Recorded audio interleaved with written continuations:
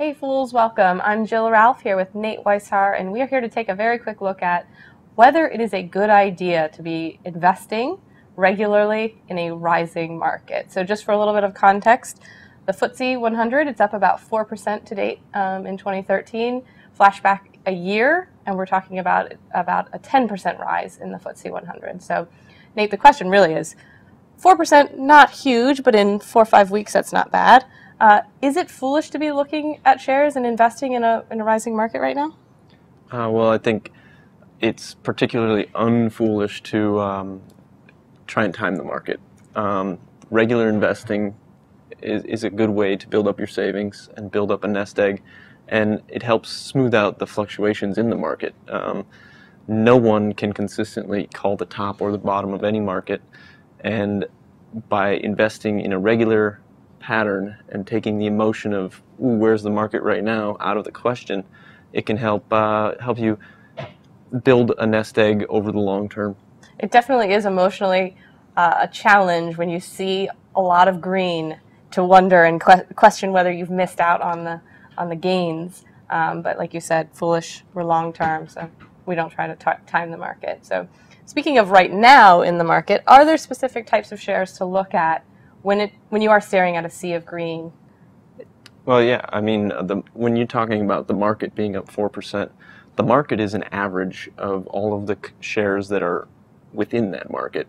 And so, as with every average, some shares are doing much better than that number, that 4% you said, and some are doing a lot worse. And so, when you are seeing this general rise in the markets, one of the best places to look for opportunities is the shares that are trailing that market. All right, so this is a perfect segue then. I'm going to put you on the spot. Are there some shares that you're seeing right now, whether they're trailing the market or beating the market, that have caught your interest? Yeah, well, the two that are popping to front of mind are both trailing the market over the last year, and one of them is Vodafone. It's done better than the market so far this year, but it's still well down if you take the 2012 to now period. Making headlines. Well, Woodford just sold, right? Yep. The issues there were that he's afraid that the company's Southern European exposure is going to result in them cutting their dividend. And as an income investor, he's quite worried about that. And the issue for investors who are thinking about buying is, do you agree with his point of view? Woodford is a legendary investor, but every investor gets something wrong, and depending on your time horizon, now could be a great time to get into Vodafone. Ticker VOD.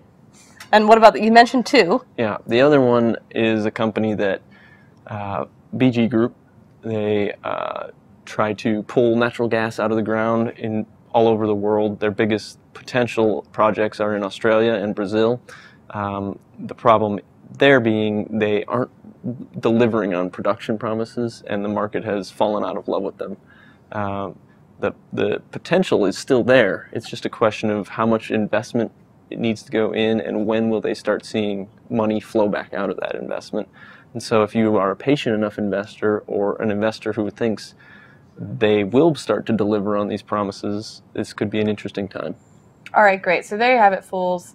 I think your takeaways here are always be investing. Don't try to time the market. Sure, in a rising market, value may be harder to find, but as you mentioned with Vodafone and BG Group, there is still value out there. So Nate, thank you so much for being here. Thanks for watching. Full On.